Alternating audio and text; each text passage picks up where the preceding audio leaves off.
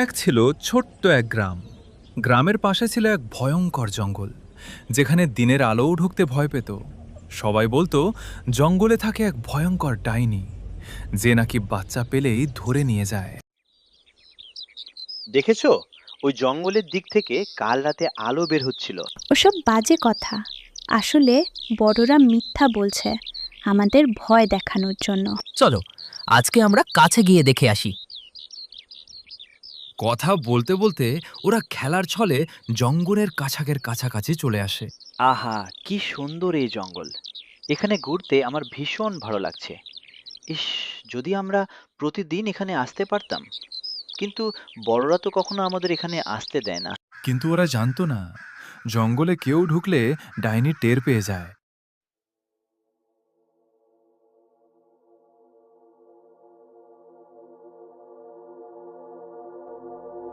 এত রাতে বাচ্চারা আমার জঙ্গলে কি করছো? আমরা ভুলে এসেছি, প্লিজ যেতে দাও।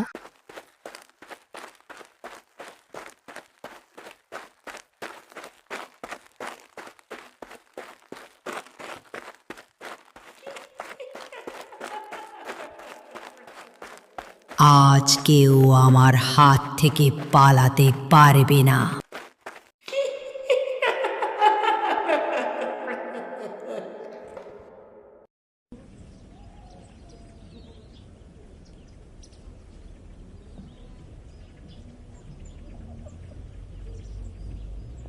না, এই কাজ আমার অভিশাপ।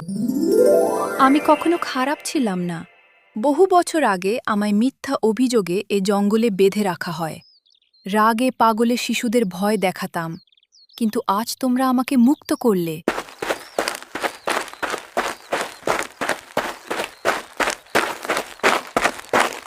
তোমরা কোথায় ছিলে? আমরা ভয়ে মরে যাচ্ছিলাম। মা, ডাইনি আসলে খারাপ ছিল না। কেউ তাকে জোর করে অভিশপ্ত করেছিল। অন্যকে না জেনে বিচার করা কখনো ঠিক নয়, আর নিজের পরিবারের কথা না শুনে বিপদে পড়া খুব সহজ। জঙ্গলের ডাইনি চলে গেলেও জঙ্গল এখনো রহস্যময়, কিন্তু ভয় আর নেই, কারণ সত্য জানলে অন্ধকারও আলো হয়ে যায়।